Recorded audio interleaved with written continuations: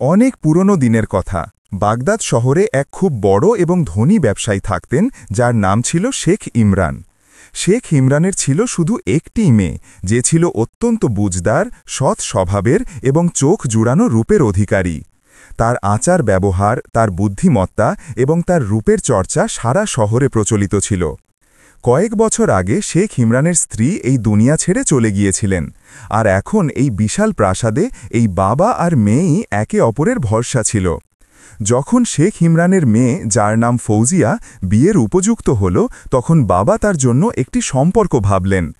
এই সম্পর্কটি ছিল এমন এক ব্যক্তির, যিনি বয়সে ফৌজিয়ার চেয়ে প্রায় দ্বিগুণ বড় ছিলেন।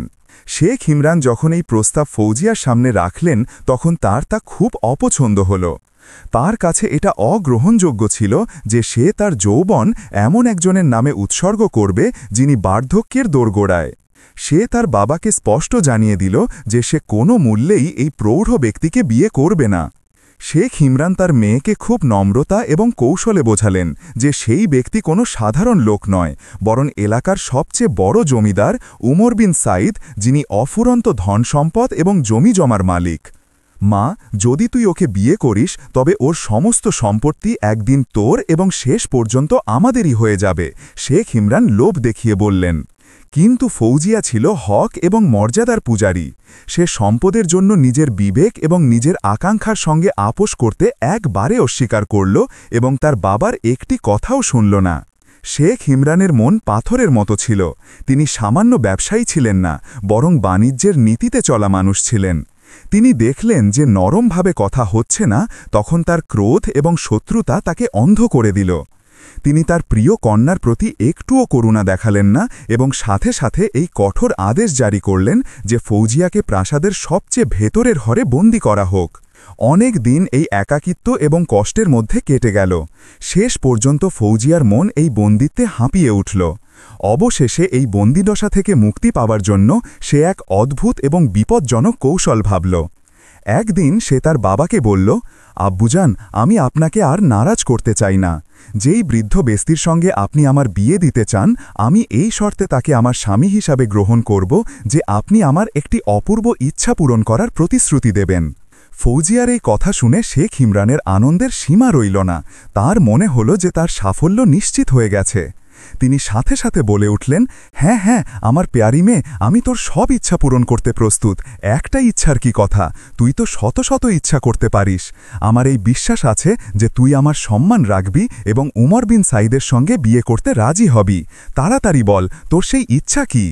ফৌজিয়া মুচকি হেসে বলল, আব্বুজান, আমার ইচ্ছা এই যে আপনি আমাকে 1000 সোনার আশরাফি মুদ্রা দিন, যাতে আমি এমন একটি জমকালো সমাধান বা বাতিদান বানাতে পারি যাতে 40টি মোমবাতি জ্বালানো যায়। আমি আমার বিয়ের আগে এমন একটি অপূর্ব সমাধান বানাতে চাই। দয়া করে আজই শহরের সবচেয়ে দক্ষ স্বর্ণকারকে ডাকুন, যাতে আমি তাকে বিস্তারিতভাবে নির্দেশ দিতে পারি। সেই দিনই শেখ ইমরান দক্ষ স্বর্ণকার ইউসুফকে ডাকলেন এবং তাকে বললেন যে তার মেয়ে যেমন সমাধান বানাতে চায় তা যেন তাড়াতাড়ি তৈরি করা হয়। তুমি দামের চিন্তা করো না ইউসুফ, শুধু জিনিসটা আমার মেয়ের পছন্দ এবং মান অনুযায়ী হওয়া চাই, তিনি বললেন। তখন ফৌজিরা স্বর্ণকার ইউসুফকে একান্তে ডেকে খুব সাবধানতার সঙ্গে এই নির্দেশ দিল, ইউসুফ, যখন তুমি এই সমাধান তৈরি করবে, তখন এর ভেতরের অংশে এত পর্যাপ্ত জায়গা রেখো যেখানে আমি সহজে লুকিয়ে থাকতে পারি, এবং সবচেয়ে জরুরি কথা, এতে এমন একটি গোপন দরজাও তৈরি করো যা আমি ভেতর থেকে যখন খুশি খুলতে পারি আর যখন খুশি বন্ধ করতে পারি। এই বলে ফৌজিয়া স্বর্ণকারকে একটি অপূর্ব এবং দামি হীরা উপহার হিসেবে দিল এবং কসম দিল যে সে যেন এই গোপন দরজার কথা শেখ ইমরানের কাছে কিছুতেই না বলে। স্বর্ণকার ইউসুফ 1000 সোনার মুদ্রা ছাড়াও এই পুরস্কার পেয়ে খুশি মনে প্রতিশ্রুতি দিল। কয়েকদিনের মধ্যেই স্বর্ণকার সোনার একটি বিশাল, রূপের ও দক্ষতার সঙ্গে খোদাই করা সমাধান শেখ ইমরানের প্রাসাদে পৌঁছে দিল। এর খোদাই এমন ছিল যে চোখ ধাঁধিয়ে যেত। ফৌজিয়া তার বাবার নজর এড়িয়ে সাথে সাথে এর গোপন দরজা খুলল এবং এর ভেতরে 1 সপ্তাহের খাবার, পানির কলসি এবং কিছু খেজুরের সঞ্চয় লুকিয়ে রাখল। পরের দিন যখন শেখ ইমরান তার মেয়েকে বলল যে আমি তোর ইচ্ছা পূরণ করে দিয়েছি, এখন তোরও তোর প্রতিশ্রুতি অনুযায়ী এই ধনী জমিদারের সঙ্গে বিয়ে করার জন্য প্রস্তুত হওয়া উচিত, ফৌজিয়া দুঃখিত হয়ে মাথা নিচু করল এবং তার চোখ থেকে ফোঁটা ফোঁটা অশ্রু ঝরতে লাগল। শেখ ইমরান এই অশ্রুগুলোকে কোনো গুরুত্ব দিলেন না। তিনি এটাই ভাবলেন যে সব মেয়েই তার মা বাবার ঘর ছাড়ার সময় কাঁদে। তিনি সেই মুহূর্তে উঠলেন এবং বাইরে গিয়ে উমর বিন সাইদকে বিয়ের প্রস্তুতির খবর দিতে চলে গেলেন। বাবার বাইরে চলে যেতেই ফৌজিয়া তার চকচকে জুতো খুলল এবং প্রাসাদের উঠোনে থাকা পুরনো কুঁয়োর ধারে রেখে দিল। তারপর সে সাথে সাথে সমাধানের দরজা খুলল এবং নিঃশব্দে তার ভেতরে লুকিয়ে গেল। সন্ধ্যায় যখন শেখ ইমরান ফিরে এলেন তখন তিনি এদিক ওদিক দেখলেন, ফৌজিয়াকে কোথাও দেখা গেল না। ঘাবড়ে গিয়ে এবং চিন্তিত হয়ে খুঁজতে খুঁজতে তার চোখ কুঁয়োর ধারে পড়ে থাকা মেয়ের সুন্দর জুতোজোড়ার ওপর পড়ল। তিনি সাথে সাথে এই সিদ্ধান্ত নিলেন যে মেয়েটি বিয়ের ভয় এবং আঘাতের কারণে কুঁয়োয় চাপ দিয়েছে এবং ডুবে নিজের প্রাণ দিয়েছে। হায়, আমার সর্বনাশ হয়ে গেল! তিনি বুকে হাত মেরে চিৎকার করে উঠলেন, আমি আমার মেয়ের খুনি, আমি তাকে এই নিকৃষ্ট পরিণতির দিকে ঠেলেছি। যদি সে এই বুড়ো আমিরকে বিয়ে করতে না চাইত তো কি হতো? আমি তার বিয়ে কোনো যুবক, গরিব কিন্তু নেক দিল মানুষের সঙ্গে দিয়ে দিতাম। হায় হায়, এসব আমার লোভী এবং জালিম আচরণের ফল। অনেকক্ষণ কাঁদার এবং নিজেকে দোষারোপ করার পর তিনি শান্ত হলেন, কিন্তু তারপর তার কঠিন দুর্নামের কথা মনে হল। তার মনে এলো যে যদি শহরের কাজী এবং কোতোয়াল জানতে পারে যে তার মেয়ে আত্মহত্যা করেছে এবং পুলিশের সিপাহীরা এসে কুঁয়ো থেকে লাশ বের করে, তবে শুধু সারা বাগদাদেই কঠিন অপমান হবে না, বরং হতে পারে তাকে সাজাও পেতে হবে। তিনি সাথে সাথে সিদ্ধান্ত নিলেন যে তিনি এই গোপন কথা কারো কাছে প্রকাশ করবেন না। যদি কেউ মেয়ের ব্যাপারে জিজ্ঞেস করে তবে তিনি বলে দেবেন যে সে তার খালাদের সঙ্গে ব্যবসার কোনো দূরবর্তী শহরে চলে গেছে। সেই ইমরানের মনে কঠিন আঘাত লেগেছিল। যখনই তিনি তার ব্যবসার কাজ থেকে ফুরসাত পেয়ে প্রাসাদে ঢুকতেন, তাকে তার প্রিয় মেয়ের হাস্যোজ্জ্বল মুখ চোখে পড়ত এবং তিনি মুখ লুকিয়ে চুপচাপ অনেকক্ষণ কাঁদতেন। সেই সোনার বড় সমাধান তার দুঃখ এবং গমে আরও বাড়তি যোগ করত। যখনই তিনি এই সমাধানের দিকে তাকাতেন, ভাবতেন যে কত শখ করে আমার পেয়ারি মেয়ে এটা বানিয়েছিল, আর সে একবারও এতে মোমবাতি জ্বালানোর সুযোগ পেল না। এই ভেবে বেচারা শেখ ইমরানের কান্নায় দম বন্ধ হয়ে যেত। অবশেষে তিনি সিদ্ধান্ত নিলেন যে তিনি এই দুঃখের চিহ্নকে নিজের থেকে দূরে করে দেবেন। তিনি সাথে সাথে একজন গোলামকে নির্দেশ দিলেন যে এই সমাধানটিকে নিয়ে গিয়ে শহরের সবচেয়ে বড় বাজারের জড়গড়ি, জহরাত ও সোনার বাজারে রেখে দিক এবং যে কোনো ন্যায্য মূল্য নিয়ে সেটা বিক্রি করে দিক। ভাগ্যের পরিহাস দেখুন, সেই দিনই সুলতানের ছেলে শহজাদা সেলিম ঘোড়ায় সওয়ার হয়ে জড়গড়ি বাজারে তার বাগদাত্তার জন্য কিছু গহনা কিনতে এসেছিলেন। খুব শীঘ্রই বাদশাহের ঘোষণা করা সহজাদির সঙ্গে তার বিয়ে হতে চলেছিল। হঠাৎ সহজাদার চোখ এই সোনার অতুলনীয় সমাধানটির ওপর পড়ল। তিনি এটা দেখে বিস্মিত এবং খুব খুশি হলেন। তিনি ভাবলেন যে এমন জমকালো সমাধান তো রাজকীয় মহলেও নেই যাতে 40টি মোমবাতি জ্বালানো যায়। সহজাদা চাহিদামতো মূল্য দিয়ে সেই সমাধানটি কিনলেন এবং তার গোলামদের নির্দেশ দিলেন যে তারা যেন সেটা খুব সাবধানতার সঙ্গে মহলে নিয়ে যায় এবং তার বিশেষ শোবার ঘরে সাজিয়ে রাখে, যেখানে তিনি বিশ্রাম নিতেন। গোলামেরা আদেশ পালন করল এবং সমাধানটি সহজাদার বিশাল ঘরের শোভা হয়ে উঠল। সেই দিনই যখন সমাধানটি তার ঘরে রাখা হল, তখন সহজাদা অনুভব করলেন যে রাতের যে খাবার সোনার রূপোর বাসনে তার জন্য এনে রাখা হয়েছিল তার কিছু অংশ গায়েব। সহজাদা আশ্চর্য হলেন, কিন্তু তিনি কাউকে কিছু বললেন না। কিন্তু সকালের নাশতায়ও এমনটাই হল। দুধে ভরা পুরো গ্লাস আধা দেখা গেল। 4টে সেদ্ধ ডিমের মধ্যে শুধু 2টো বাকি রইল এবং নাশতার 3টে আপেলের মধ্যে একটা গায়েব হল। তখন সহজাদা নাশতা আনা গোলামকে জিজ্ঞেস করলেন, এই গোলমাল কে করেছে? গোলাম ঘাবড়ে গেল এবং সে আদবের সঙ্গে বলল, আলিজা, আপনার খাবার বা নাশতায় গোলমাল করার সাহস কার থাকতে পারে? প্রতি রাতে এবং প্রতি সকালে সহজাদার নাশতা এবং খাবার থেকে কোনো না কোনো জিনিস নিশ্চিত গায়েব হয়ে যেত। কখনো তো দুধে ভরা পুরো গ্লাস খালিই পাওয়া যেত। সহজাদা ক্ষেপে গোলামদের ধমকাতেন, তাদের সাজা দেওয়ার ধমকিও দিতেন, কিন্তু রোজই এমন রহস্যময় দুষ্টুমি চলত। একদিন সকালে একজন গোলাম তার সামনে নাশতা নিয়ে এলো। তখন সহজাদা দেখলেন যে প্লেটগুলোতে সব জিনিস ঠিক এবং পুরো আছে। তিনি গোলামকে হুকুম দিলেন যে নাশতা টেবিলের ওপর রেখে চলে যাক। তারপর তিনি গোসলখানায় গিয়ে হাত মুখ ধুলেন এবং তারপর তার শোবার ঘরে এলেন। আসতে না আসতেই তার চোখ নাস্তার বাসনগুলোর ওপর পড়ল। তখন বিস্ময়ে তার মুখ খোলা রয়ে গেল।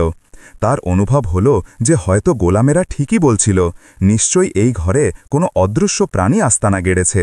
অন্য কেউ হলে ভয়ে এই ঘরটিকেই খালি করে দিত এবং এতে একা শোবার চিন্তাও করত না। কিন্তু শহজাদা সেলিম একজন সাহসী এবং নির্ভীক ব্যক্তি ছিলেন। তিনি ভাবলেন, এটা কেমন জিন বা ভূত যার আমাদের মানুষের মতো নাস্তা এবং খাবার খাওয়ার শখ আছে, একে ধরতে হবে। সেই কারণে তিনি সিদ্ধান্ত নিলেন যে তিনি এক রাত জেগে পাহারা দেবেন এবং দেখবেন যে এই রহস্যময় চোর কে। সেই রাতে তিনি মিথ্যে মিথ্যে তার বিছানায় শুয়ে ঘুমিয়ে গেলেন। আধ রাত হল, তখন তার কানে এক অদ্ভুত আওয়াজ এলো। তিনি আস্তে করে ঘাড় ঘুরিয়ে সমাধানের দিকে তাকালেন। সোনার সমাধানের মধ্যে থেকে একটি ফাটল তৈরি হচ্ছিল। তারপর দেখতে দেখতে সেই ফাটল থেকে এক অত্যন্ত সুন্দরী নাজুক গড়নের মেয়ে বাইরে বের হল। মেয়েটি ঘরের মাঝখানে দাঁড়ালো। সে ঘুমন্ত শহজাদাকে এক নজর দেখল। তারপর ধীরে পায়ে সেই টেবিলের দিকে এগোতে লাগল, যার ওপর শহজাদার জন্য রাতের খাবার সাজিয়ে রাখা হয়েছিল এবং যা শহজাদা ইচ্ছে করে খাননি। মেয়েটি চেয়ারে বসে পড়ল এবং তাড়াতাড়ি খাবার খেতে শুরু করল। শহজাদা কখনো কখনো চোখ খুলে মেয়েটিকে দেখে নিতেন। একটু পরেই মেয়েটি তার পেট ভরে নিল। তারপর সে উঠল এবং ধীরে পায়ে সমাধানের দিকে এলো এবং তাতে ঢুকতে চাইছিল। ঠিক তখনই শহজাদা লাফ দিয়ে উঠে দাঁড়ালেন এবং মেয়েটির হাত ধরে ফেললেন। মেয়েটি ভীষণভাবে ভয় পেয়ে শহজাদার দিকে তাকাতে লাগল। কে তুমি? শহজাদা গাম্ভীর্যের সঙ্গে জিজ্ঞেস করলেন। কোনো রূহ, আত্মা, নাকি আমাদের আদমীদের মতো এই দুনিয়ায় থাকা এক মানুষের মেয়ে? প্রথমে তো সে ভয় পেয়েই রইল, কিন্তু যখন শহজাদা জোর করলেন তখন সে কাঁদতে কাঁদতে বলল, আমি এক অসহায় এবং বিপদগ্রস্ত মেয়ে। এবং তারপর শহজাদাকে সে তার সব দুঃখ ভরা গল্প শোনাল। শেখ ইমরানের লোভ, উমর বিন সাইদের সম্পর্ক, কুয়োর ধারে জুতো রাখা এবং সমাধানের ভেতরে লুকিয়ে যাওয়া, সে সত্যি সত্যি সব কিছু বলে দিল। শহজাদার মনে তার গল্পের খুব গভীর প্রভাব পড়ল। তার এই মেয়েটিকে খুব পছন্দ হয়ে গিয়েছিল। তিনি মনে মনে ভাবলেন, যদি এই মেয়েটির সঙ্গে আমার বিয়ে হয় তবে কতই না ভালো হবে। কিন্তু এই কথাটি তিনি তখন তার মনের ভেতরেই লুকিয়ে রাখলেন। শহজাদা কৌশলগতভাবে ব্যবসায়ীর মেয়ে ফৌজিয়াকে সেই সমাধানেই লুকিয়ে রাখলেন। যখন সারা দুনিয়া ঘুমের মজা নিতে শুরু করত, তখন মেয়েটি বাইরে বের হতো এবং সকাল হলেই আবার ভেতরে চলে যেত। এক রাতে যখন শহজাদা এবং ফৌজিয়া নিজেদের মধ্যে হেসে হেসে কথা বলছিল, তখন হঠাৎ একজন কনিজ মহলের সেই অংশে এলো যেখানে শহজাদার শোবার ঘর ছিল। তার কানে কথা বলার আওয়াজ এলো। তখন সে একদম থেমে গেল এবং ভাবতে লাগল যে শহজাদা তো তার শোবার ঘরে একা শোন, এই সময় সেখানে অন্য কে আছে যার সঙ্গে শহজাদা কথা বলছে। এই ভেবে সে ধীরে পায়ে শহজাদার শোবার ঘরের কাছে এলো এবং দরজার একটি ফাটল দিয়ে ভেতরে তাকাতে লাগল। এই দেখে তার বিস্ময়ের সীমা রইল না যে শহজাদার বিছানার কাছে চেয়ারে এক অত্যন্ত সুন্দরী মেয়ে বসে আছে এবং শহজাদা এবং সেই মেয়েটি দুজনেই হাসতে হাসতে কথা বলছে। এই তামাশা দেখে তো কনিজের পেটের ভেতর ইঁদুর দৌড়াতে লাগল। সে তখনই সকালের অপেক্ষা করল যাতে সবার আগে গিয়ে সুলতানা মল্লিকাকে এই চাঞ্চল্যকর খবর শোনাতে পারে। সকাল হতে হতে এই খবর আগুনের মতো সারা মহলে বিখ্যাত হয়ে গেল। এই খবর সেই সহজাদি পর্যন্ত পৌঁছাল যার সঙ্গে সহজাদার বাগদান হতে চলেছিল। এই খবর শোনা মাত্র সেই সহজাদি তো হিংসার চোটে জ্বলে পুড়ে গেল এবং আঙ্গারের ওপর গড়াগড়ি দিতে লাগল। সে চুপ সারে তার চালাক কনিজকে নিজের কাছে ডাকল এবং বড় পুরস্কারের লোভ দেখিয়ে বলতে লাগল, যদি তুমি আমাকে এই মেয়েটির ব্যাপারে এই খবর দিতে পারো যে সে শহজাদার শোবার ঘরে কিভাবে আসে এবং কোথায় ফিরে যায় এবং কে সে, তবে আমি তোকে চাহিদা মতো পুরস্কার দেব। কনিজ খুব ধূর্ত এবং চালাক ছিল। সে সহজাদির কাছে প্রতিশ্রুতি দিল যে সে ১-২ দিনের মধ্যে ভালোভাবে তদন্ত করে জানিয়ে দেবে। এই দিন থেকে কনিজ শহজাদার শোবার ঘরের আশেপাশে ঘুরতে লাগল। যখন আধ রাত হল, তখন সমাধান থেকে সেই মেয়েটি বেরোল এবং চেয়ারে বসে শহজাদার সঙ্গে কথা বলতে লাগল। কনিজ এক টানা দরজা থেকে চোখ লাগিয়ে দেখতে রইল। যখন আকাশে আলো ছড়ালো এবং মোরগেরা ডাক দিল, তখন সেই মেয়েটি চেয়ার থেকে উঠল, সমাধানে প্রবেশ করল এবং খট করে দরজা বন্ধ করে দিল। কনিজ দৌড়ে গেল এবং সহজাদিকে নুন মরিচ লাগিয়ে সারা কিস্সা শোনাল এবং নিজে পুরস্কার চাইল। সহজাদি পুরস্কার দেবার বদলে জোরে একটি চড় কনিজের মুখে মারল এবং রাগ হয়ে বলল, দূর হয়ে যা হতভাগী, আমার সামনে থেকে দূর হয়ে যা। এটা কি কোনো পুরস্কারের খবর যার জন্য আমি তোকে পুরস্কার দেব? কনিজ মন মরা হয়ে চলে গেল। এর চেয়ে বেশি সে আর করতেও বা কি পারত? ওদিকে সহজাদি ধূর্ততার সঙ্গে কাজ নিয়ে এক অদ্ভুত কৌশল ভাবল। একদিন সে শুনল যে সহজালা তার লস্কর, সৈন্যদল এবং গোলামদের সঙ্গে শিকার খেলার জন্য জঙ্গলের দিকে যাচ্ছেন। সহজাদি এই খবরের জন্য অস্থিরভাবে অপেক্ষা করছিল। সহজাদা সেখান থেকে চলে যেতেই সে তার একজন গোলামকে রাজকীয় মহলে সুলতানা মল্লিকার কাছে পাঠাল। এই গোলামটি এই মিথ্যে বার্তা দিল যে আজ রাতে সহজাদির কয়েকজন সখী দাওয়াত ভোজে আসতে চলেছেন এবং সহজাদির তার ভর আলোকিত করার জন্য একটি বড় সমাধানের প্রয়োজন। সে শুনেছে যে সহজাদার শোবার ঘরে সোনার একটি বড় সমাধান আছে। খুব দয়া হবে যদি এই সমাধানটি শুধু এক রাতের জন্য দিয়ে দেওয়া হয়। সুলতানা এই বার্তা শুনে চিন্তায় পড়ে গেলেন। আসলে সহজাদা শিকারে যাওয়ার আগে সবাইকে কঠোরভাবে বারণ করে গিয়েছিলেন যে কোনো গোলাম বা কনিজ যেন তার শোবার ঘরে পা না রাখে এবং সোনার সেই সমাধানটি যেখানে রাখা হয়েছে সেখানেই থাকতে দেওয়া হয়। যখন গোলামটি উত্তর চাইল তখন সুলতানা স্পষ্ট অস্বীকার করলেন যে সেই সমাধানটি দেওয়া যেতে পারে না। এটা শুনে সহজাদি কাঁদতে লাগল এবং সরাসরি বাদশাহ সালামতের কাছে গেল এবং বলতে লাগল, জাহাপনা, দেখুন আমার এতটুকু ইচ্ছা পর্যন্ত পূরণ করা হচ্ছে না, অথচ কিছুদিন পর আমার বিয়ে সহজাদার সঙ্গে হয়ে যাবে। তখন আমি স্বয়ং তার সব কিছুর মালিক হয়ে যাব। আমার শুধু এক রাতের জন্য সোনার সমাধানের প্রয়োজন। প্রতিজ্ঞা করছি যে সকাল হলেই আবার সহজাদার শোবার ঘরে পাঠিয়ে দেব। এখন বাদশাহ তো বাদশাহ ছিলেন। বাদশাহ সালামত গোলামদের হুকুম দিলেন যে সমাধান সহজাদার ঘর থেকে তুলে সহজাদির কাছে পৌঁছে দেওয়া হোক। সমাধানটি পাওয়া মাত্র সহজাদির সাথে সাথে এতে 40টি মোমবাতি জ্বালিয়ে দিল। একটু পরেই এই জ্বলন্ত মোমবাতিগুলোর কঠোর তাপের কারণে সমাধানের ভেতরের অংশ গরম হতে লাগল। বেচারি ফৌজিয়া পুড়ে যাওয়ার ভয়ে বাধ্য হয়ে গোপন দরজা খুলল এবং বাইরে বেরিয়ে ছুটতে লাগল, কিন্তু বেশি দূরে যেতে পারল না এবং সেখানে ঘরের মেঝেতে পড়ে অজ্ঞান হয়ে গেল। সহজাদি কাছে গিয়ে দেখল, ফৌজিয়াকে নিশ্চল দেখে সে বুঝল যে মেয়েটি মারা গেছে।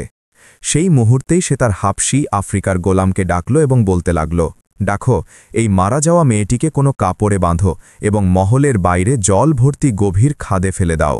খবরদার, কারো কাছে এর উল্লেখ করবে না। গোলামটি ফৌজিয়াকে কাপড়ে ভালোভাবে জড়াল, এটিকে একটি বোঝার মতো বানিয়ে কাঁধে তুলল এবং জল ভর্তি গভীর খাদে ফেলে দিয়ে ফিরে এলো।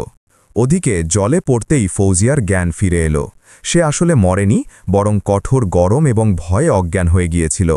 সে প্রাণ বাঁচানোর জন্য হাত পা ছুড়ল এবং সাহায্যের জন্য ডাকতে লাগল। খোদার খেলা দেখুন, ওদিক দিয়ে একজন বুড়ো জেলে যাচ্ছিল যার নাম ছিল আব্বু নসর। সে মেয়েটির চিৎকার চেঁচানোর আওয়াজ শুনল। সে সাথে সাথে খাদের দিকে তাকাল, তখন মেয়েটিকে ডুবতে দেখা গেল। বুড়ো জেলে কিছু না ভেবেই খাদে ঝাঁপ দিল। সে একজন চমৎকার সাঁতারু ছিল। সে শীঘ্রই মেয়েটির কাছে পৌঁছে গেল এবং ফৌজিয়াকে টেনে খাদের কিনারে নিয়ে এলো। তারপর সে তাকে তার গরিবের ঘরে নিয়ে এলো এবং তার অবস্থা জিজ্ঞেস করল।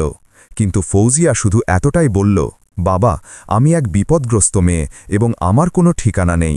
আজ থেকে আমি আপনার মেয়ে। ব্যবসায়ীর মেয়ে ফৌজিয়া বুড়ো জেলে আব্বু নসরের ঘরে থাকতে লাগল এবং তার মেয়ে হয়ে জীবন কাটাতে লাগল। এখন সহজাদার গল্প শুনুন। যখন তিনি শিকার খেলে মহলে ফিরে এলেন, তখন তার উপর আকাশ ভেঙে পড়ল। তিনি দেখলেন যে সোনার সমাধান নিজের জায়গা থেকে সরে আছে, কিন্তু এর গোপন দরজা খোলা আছে এবং মেয়েটি গায়েব। তিনি ক্ষেপে গোলামদের ওপর চাপলেন, কিন্তু কেউ এই ব্যাপারে কিছু জানত না। সবাই এটাই বলতে থাকল যে আমরা আপনার সমাধানকে কিছুতেই ছুঁইনি। অবশেষে চিন্তিত হয়ে সহজাদা নিজের ঘরে বসে গেলেন এবং বিছানায় শুয়ে খুব কাঁদলেন।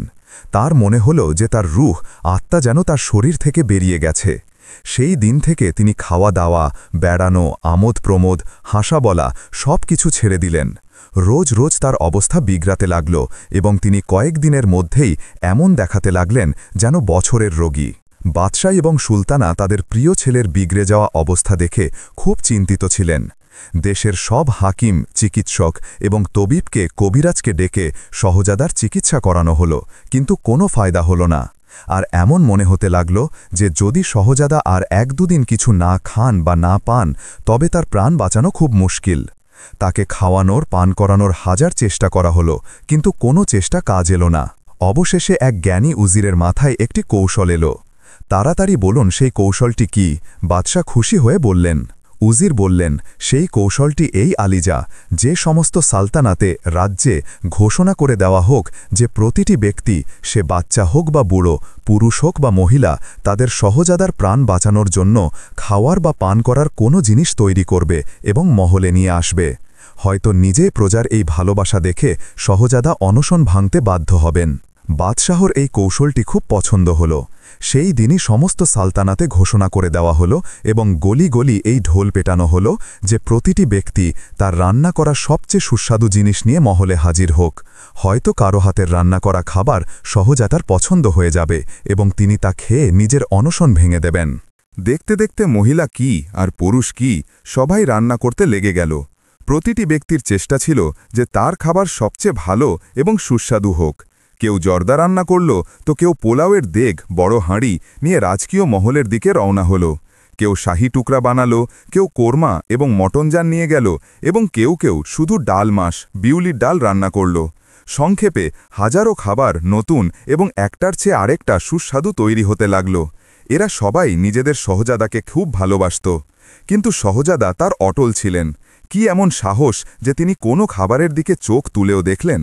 একদিন বুড়ো জেলে আব্বু নসরের ঘরে ফৌজিয়া বলল, বাবাজান, শহরের সব লোক সহজাদার জন্য নানা ধরনের খাবার রান্না করে নিয়ে যাচ্ছে, আপনিও কিছু নিয়ে যান না। যদি বলেন তো আমি মাছের ঝোল শোরবা বানিয়ে দিই। জেলে ঠান্ডা দীর্ঘশ্বাস ফেলে উত্তর দিল, বেটি, আমাদের এমন ভাগ্য কোথায় যে সহজাদা আমাদের ঘরের রান্না করা ঝোল গ্রহণ করবেন? বড় বড় আমির, রইস এবং উজিরদের ঘর থেকে সুস্বাদু খাবার রান্না হয়ে সহজাদার জন্য নিয়ে যাওয়া হচ্ছে, আর তিনি সেগুলোর দিকে চোখ তুলেও দেখছেন না। আমাদের ঝোলকে কে জিজ্ঞেস করবে? আপনি নিয়ে তো যান বাবাজান, কে জানে সহজাদার মাছের ঝোল পছন্দ হয়েও তো যেতে পারে। মেয়েটি জোর করল, আচ্ছা বেটি, তবে রান্না করে দে মাছের ঝোল। ফৌজিয়া অত্যন্ত সুস্বাদু এবং শক্তিদায়ক মাছের ঝোল বানালো এবং মাটির একটি সাধারণ বাটিতে ভরে জেলেকে দিল যে সে যেন এটি নিয়ে যায় এবং সহজাদার সেবায় উপস্থিত করে। যাওয়ার সময় ফৌজিয়া নীরবে একটি দামি আংটি ঝোলের মধ্যে ফেলে দিল। এই আংটিটি সহজাদারই ছিল, যা তিনি একদিন সমাধানের মেয়েটিকে ভালোবাসার চিহ্ন হিসেবে দিয়েছিলেন।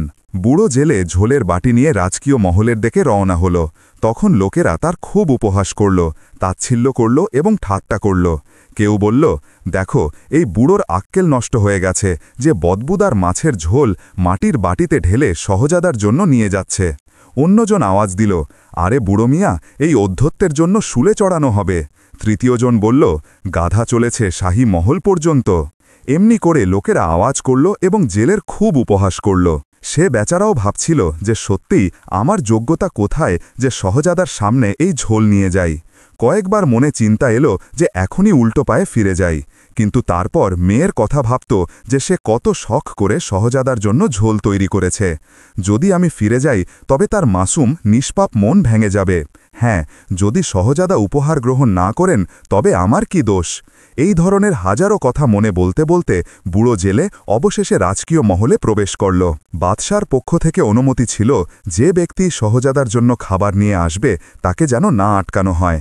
দরবারীরা এবং গোলামেরা তাড়াতাড়ি জেলেকে সহজাদার সামনে এনে দাঁড় করালো। জেলে ভয়ে ভয়ে ঝোলের বাটি সহজাদার দিকে বাড়ালো। সহজাদা কয়েকদিন ধরে কিছু খাননি এবং এখন অজ্ঞানের আলামতে ছিলেন। তিনি অর্ধখোলা চোখে ঝোলের বাটিটি দেখলেন এবং না জানি কি হল যে সাথে সাথে ঝোলের বাটিটি নিয়ে নিলেন।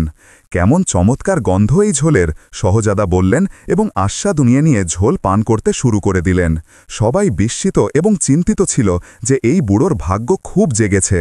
সহজাদা পুরো ঝোল পান করে নিলেন এবং এখন যখন বাটির তলদেশে নজর পড়ল তখন তার সেই আংটিটি দেখা গেল যা তিনি সমাধানের মেয়েটিকে দিয়েছিলেন। আংটিটি দেখতে না দেখতেই সহজাদা আনন্দে উচ্ছ্বসিত সচ্ছল হয়ে উঠলেন। এমন মনে হলো যেন প্রাণে প্রাণ ফিরে এসেছে। তিনি আকুলভাবে বুড়ো জেলের হাত ধরলেন, তাকে একদিকে নিয়ে গেলেন এবং বললেন, বুড়ো মিয়া, তাড়াতাড়ি বলো এই ঝোল কে রান্না করেছিল। তখন জেলে সহজাদাকে শুরু থেকে শেষ পর্যন্ত সারা কিস্সা শোনাল যে কিভাবে সে খাদে ডুবতে থাকা মেয়েটিকে বাঁচিয়েছিল। তারপর তাকে ঘরে নিয়ে এলো এবং নিজের মেয়ে করে রাখল। এই ঝোল সেই মেয়েই তৈরি করেছে। সহজাদা সেই মুহূর্তেই দরবারের আমির এবং উজিরদের হুকুম দিলেন যে তারা যেন তাদের বেগমদের বুড়ো জেলের ঘরে পাঠান এবং অত্যন্ত সম্মান এবং শ্রদ্ধার সঙ্গে তার মেয়েকে রাজকীয় মহলে নিয়ে আসে। একটু পরেই ব্যবসায়ীর মেয়ে ফৌজিয়াকে সম্মানের সঙ্গে রাজকীয় মহলে পৌঁছে দেওয়া হলো। সহজাদা তাকে সমস্ত পরিস্থিতি সম্পর্কে অবগত করলেন। তখন সে কেঁদে কেঁদে নিজের সত্যি গল্প শোনাল। বাদশাহ এই ঘটনাগুলোর কথা জানতে পারলেন এবং তিনি সাথে সাথে হুকুম দিলেন যে মাক্কার ধূর্ত সহজাদি থেকে সহজাদার বাগদান ভেঙে দেওয়া হোক। তৃতীয় দিন সহজাদা সেলিম এবং ব্যবসায়ীর মেয়ে ফৌজিয়ার বিয়ে খুব ধুমধাম করে হল। সমস্ত সালতানাতে 4 দিন পর্যন্ত উৎসব পালন করা হল। গরিবদের মধ্যে খাবার বিতরণ করা হল এবং মহলে আনন্দের গান গাইতে থাকল। সহজাদা বুড়ো জেলে আব্বু নসরকেও নিজের মহলে একটি জমকালো এবং সাজানো ঘর থাকার জন্য দিলেন এবং সেখানে তিনি তার বাকি জীবন শান্তি এবং খোদার উপাসনায় কাটিয়ে দিলেন।